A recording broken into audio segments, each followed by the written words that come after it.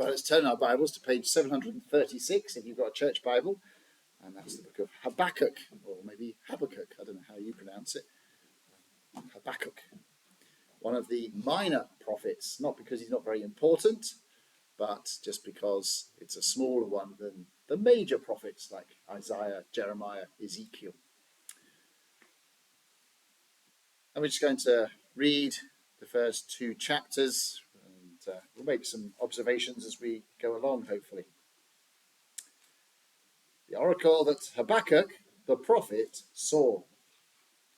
Sometimes with these prophets we get a clue as to when they were prophesied, into what situation. Perhaps we hear of the third year of the reign of King such and such, and we know, but no such introduction nor any background about Habakkuk.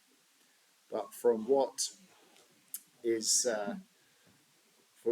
we do know, we think that probably around about the year 600 BC, during the reign of a king called Jehoiakim. And by this time, the Babylonians are on the move. They are the new superpower. The Assyrians had gone before them, and the Babylonians in 612 BC had destroyed one of their major cities, Nineveh, and the Babylonians were very much on the move. But it was still another 14, maybe up to 20 years until they were going to come knocking on the door in Jerusalem, 586. So remember, with BC, the further back you go, the bigger the numbers get. So 600, we're coming forward in time until 586 BC. That's when Jerusalem is destroyed by Nebuchadnezzar. So it's about 20 years before that event. So Habakkuk is being given a message that at this point seems unbelievable. And he struggles to think how this can be, that actually God was going to use this new superpower to bring justice against God's own people. Well, let's hear a bit about what Habakkuk has to say. He starts off with a complaint. Verse 2, "O Lord, how long shall I cry for help, and you will not hear? Or cry to you violence, and you will not save? Why do you make me see iniquity, and why do you idly look at wrong? Destruction and violence are before me. Strife and contention arise. So the law is paralyzed, and justice never goes forth. For the wicked surround the righteous, so justice goes forth perverted." Now, given that he's expecting the law to have some impact on the life of the people, he means the law of Moses, he's speaking about God's own people.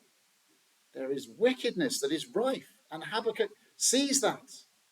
There's violence being perpetrated, one against the other, and destruction, all sorts of evils that God's law was meant to drive out, that the people of Israel were supposed to be a good example to other nations of what it means to have the one true God ruling over you.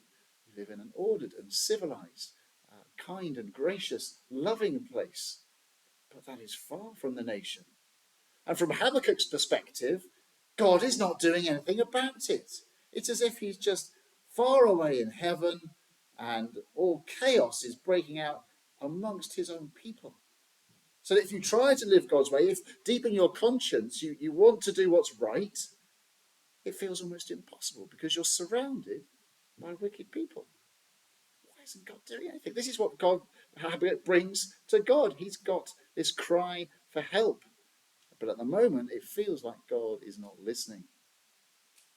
And if we're honest, maybe we all go through seasons like that in our life or in our struggle with faith. We may not be as bold to try and suggest to God, you're not listening to me, you're idle. We probably would use those words. You're sitting idly by. But that spirit maybe is still there. Why is this way? Well, be encouraged with Habakkuk's struggle. He brings that to God. In your struggles, bring them to God. Bring your questions, your doubts, your longings, your frustrations. Bring them to God with that sense of reverence, with that willingness to hear And sure enough, Habakkuk gets an answer. So we turn to verse 5, the Lord's answer: "Look among the nations and see, wonder and be astounded, for I am doing a work in your days that you would not believe if told. For behold, I am raising up the Chaldeans, that bitter and hasty nation, who march through the breadth of the earth to seize dwellings not their own. They are dreaded and fearsome.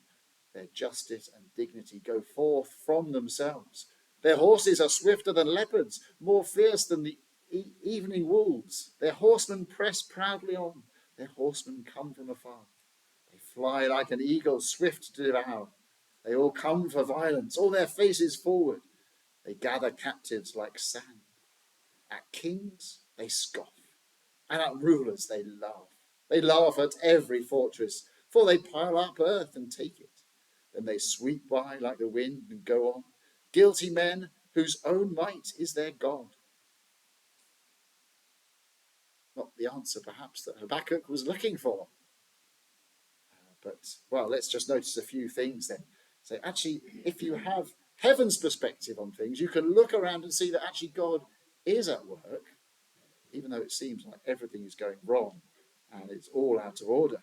I am doing a work in your days, but it's so amazing. Perhaps there's a sense in which God can understand why he's struggling to believe it. For these Chaldeans, the Babylonians, Chaldean means is a kind of a slang or a nickname for them, almost for victory. They had great success in the battlefield. They had great weapons, great resources behind them. And the Lord gives a very clear description, a poetic description really, of the different resources that they've had that make them such an awesome enemy, so difficult to defeat. And God is raising them up. That's the surprising bit, isn't it? So a nation that is renowned for wickedness and for serving themselves, being arrogant, we have so much power, nobody can stand against us. You call yourself a king, just see how you fare against us when we come to town. And that description there of piling up earth at the fortresses. Most of the towns would be built on little mounds to try and make them easy to defend. But no problem for the Babylonians. They just bring in their vast army, engineering works, and there'd be a siege ramp, and they just run it over the top of any defences. Very successful, but so violent. And all, as we'll see later, with that attributing to themselves. And God is going to use them. Okay, the people of Judah are bad, but this lot are in a completely different league when it comes to wickedness. Why would God be using them, more wicked people, to bring his punishment, his rebuke, to his own people who've been also wicked, but maybe not on that scale? That's the struggle that Habakkuk seems to be having. And I thought we'd look at this evening, because we were looking at this issue this morning a little bit with Jesus saying, well, there are going to be the Romans, basically. The Gentiles are going to surround Jerusalem and destroy it. And you can imagine the disciples would have had many questions about that. The Romans, they worship false gods. They are far, far from the God of Israel. Okay, it's not perfect here in Jerusalem. It's not perfect in Judah, but we're not on that scale of godlessness, surely. How can that be the right thing to do? But God, throughout history, has raised up all sorts of different nations to do his work. He is the sovereign God, and he would have us understand that. Perhaps sometimes he uses these methods that we find a bit questionable. I'm sure enough, Habakkuk is questioning it, almost to reinforce that I am God. I will do as I please. And yes, there will be consequences for those who act wickedly, but for now, they're going to be my instrument, my chosen instrument, to bring about what is right in my own land. So yes, Habakkuk, you're right to be frustrated that the desire for justice and law keeping within the land of Israel just isn't there. But I am sorting it out. But maybe in ways that are just too big for you to grasp. Well, let's hear again from Habakkuk then. Quite a conversation, isn't it? Are you not from everlasting, O Lord my God? Sorry, with verse 12, if you've lost your place. Are you not from everlasting, O Lord my God, my Holy One? We shall not die. O Lord, you have ordained them as a judgment, and you, O Rock, have established them for reproof. You who are of purer eyes than to see evil and cannot look at wrong, why do you idly look at traitors and remain silent when the wicked swallows up the man more righteous than he? You make mankind like the fish of the sea, like crawling things that have no ruler. He brings all of them up with a hook. He drags them out with his net. He gathers them in his dragnet, and so he rejoices and is glad. Therefore he sacrifices to his net and makes offerings to his dragnet, for by them he lives in luxury, and his food is rich. Is he then to keep on emptying his net and mercilessly killing nations forever? I will take my stand at my watchpost and station myself on the tower and look out to see what he will say to me and what I will answer concerning my complaint. So let's kind of glimpse this already. God, you are a pure and holy God. You know what the Babylonians, the Chaldeans are like, and yet it's as if you're not taking any notice of their wickedness to give them this job. You're standing by. The wicked are swallowing up people who are more righteous. Even if Habakkuk had found people who also wanted to be righteous like himself, it seems that they're going to get swallowed up in this overtaking punishment. How does that sit right with God's justice and God seeing all things? And again, it's an understandable complaint that Habakkuk has, trying to wrestle with things that human beings have wrestled with for long about the place of suffering in this world. How many people have said, well, how can there be a good and powerful God, a God of love who is also all powerful, if there is suffering? How can he be both? Surely if he was a God of love, he wouldn't allow suffering, so therefore he can't be an all powerful God because he obviously can't stop it. And so try and make a dilemma, separating out God's love and God's power and justice. But God overrules all of those things. And time and again, throughout history, it's through the suffering that comes the greatest demonstration of God's love and power and justice. Even as we were seeing this morning, yes, there's going to be terrible things that are going to take place in the run-up to the destruction of Jerusalem. But through that suffering and persecution that the disciples and the followers are going to have, the word is going to spread rapidly across the whole empire of the Romans and be firmly established by the time that destruction comes in. God was going to use those what appear to be adverse circumstances to advance the work of the kingdom. And that's the sort of God that's pictured here in the scriptures too. He is in control. He is all-seeing, but he has purposes that are way above our understanding and always for good and for glory. Just sometimes our timescales don't quite match what we should expect from God. We want to be in a rush to see things worked out. And as I say, this is possibly up to 20 years before these things are going to happen, that God was sending his messages to the people, giving an understanding of the sort of God that he was and the work that he was going to do. But the people did not heed the warnings, did not heed the messages. But there's no doubt that God is not ignorant of what the Babylonians are like. We've had that description in the last speech about how powerful they are, how efficient they are as a fighting machine. And here Habakkuk is saying, look, they're like fishermen, and they're dragging up all these people with a hook, landing them in a net like a fisherman would, and selling them off and becoming rich. They're able to feast on all sorts of wonderful, rich foods, and they just keep on doing it and exploiting others for their own gain. It just doesn't seem right. It doesn't seem fair. Well, again, let's be encouraged that Habakkuk brings these questions and voices them and gets an answer for our learning so that we can understand more about the God of the Bible. Well, we get a really interesting answer from the Lord. And this is probably the section of the book of Habakkuk that is most often referred to, certainly the bit that's referred to in the New Testament. See if we recognize it when we get there. So chapter 2, verse 2. And the Lord answered me, write this vision, make it plain on tablets, so he may run who reads it. Apparently that can also be translated so that he may read it who runs. So it's something that's really obvious. So even if you're in a rush running past, you can read what's on this stone sign. It's written in stone, chiseled away, because it has lasting relevance. What is it he's got to write? For still the vision awaits its appointed time. It hastens to the end. It will not lie. If it seems slow, wait for it. It will surely come. It will not delay. This is definitely going to happen. God has purposed that this should happen. However uncomfortable it feels, however at odds with what God has revealed already, it seems to be. God is revealing it because it's definitely going to happen. Verse 4, behold, his soul is puffed up.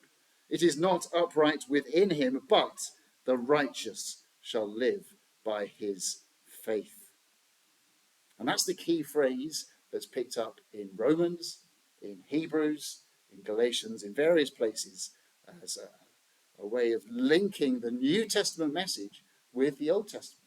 The Old Testament was always about faith, of being righteous before God through faith, as expressed through offerings and sacrifices in the Old Testament system.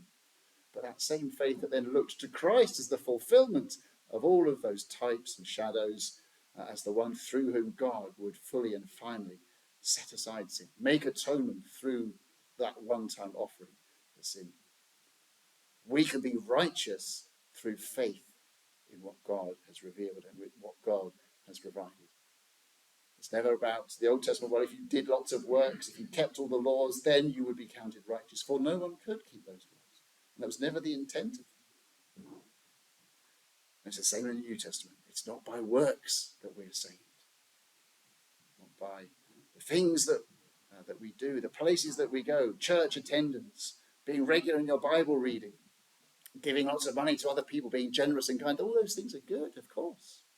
But you can't be right with God through those, because even at their best, those things are tainted by our sin.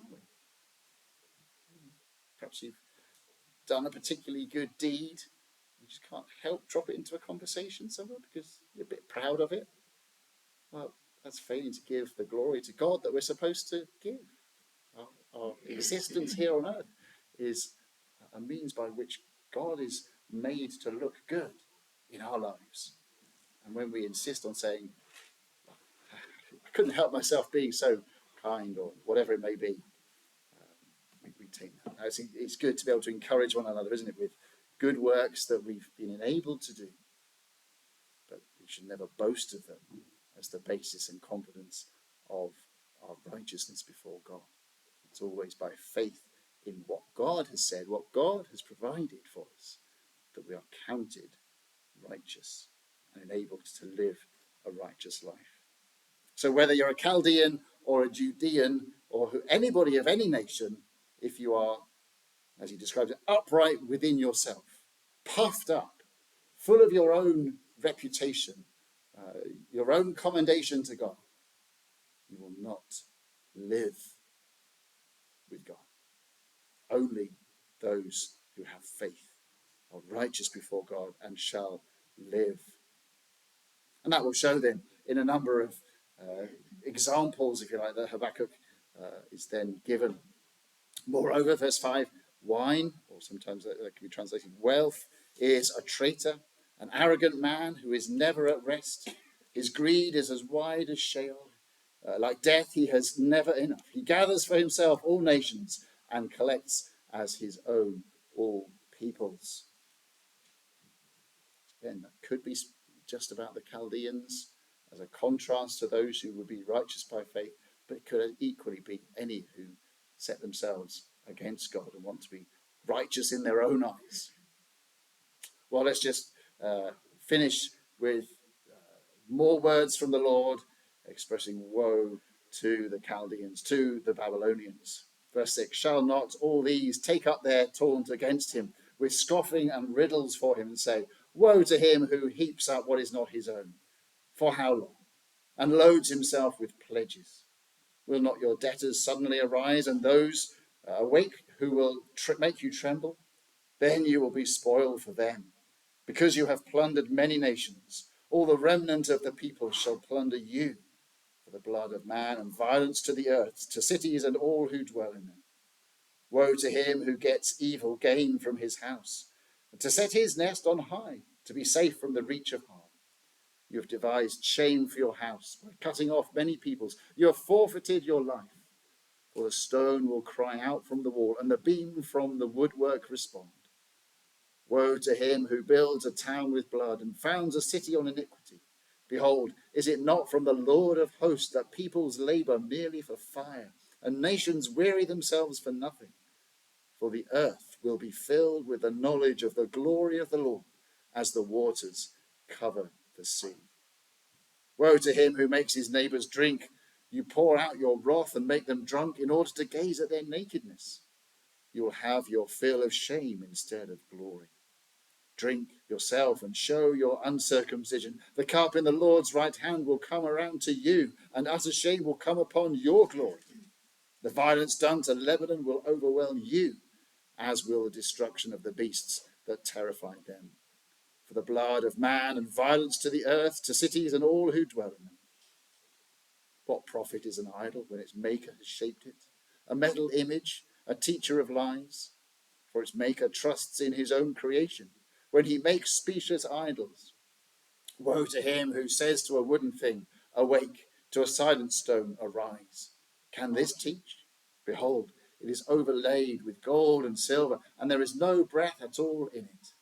But the Lord is in his holy temple. Let all the earth keep silence before him. So a clear message to Habakkuk in his questions about how can this be? How can a wicked nation be used in this? Well, wickedness will come back upon them. Justice will be done in God's good time. And it's for Habakkuk to hear that message and to believe that and to proclaim that for others. God is doing this work to fill the earth with the knowledge of him, verse 14, as the waters cover the sea. To be extensive knowledge of this as the one true Lord God. For now, those who have the power are those who worship idols they've made for themselves. But the worthlessness of those idols will soon be shown. They have no power. They've just been created. They've been ascribed power by the Maker. So really it's a way of expressing the Maker's own power and significance. It's a curious thing, isn't it, idolatry? The Bible quite often points out how ridiculous idol worship is. And that's a warning to us, isn't it? We too easily can make idols out of things or people that are made in the image of God, but not for worship. Worship is for the one true God alone. And that godlessness shows forth in various acts of wickedness that God calls woe upon. They are condemned.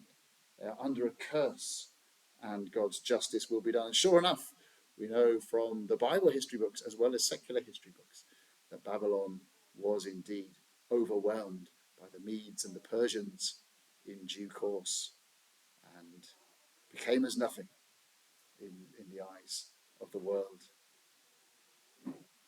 Well, lots of questions, lots of difficult language perhaps to understand, but I hope that we've been able to have an insight from those first two chapters. Maybe we'll get on to the song or the psalm, the prayer that Habakkuk summarizes with perhaps another time. But for tonight, that's probably enough Habakkuk, and we do well to hear that word. The Lord is in his holy temple. Let all the earth keep silence before him. So by all means, bring your questions, but recognize ultimately that some of the things he chooses to reveal to us or chooses not to reveal to us are his right to do that. And we reverence before him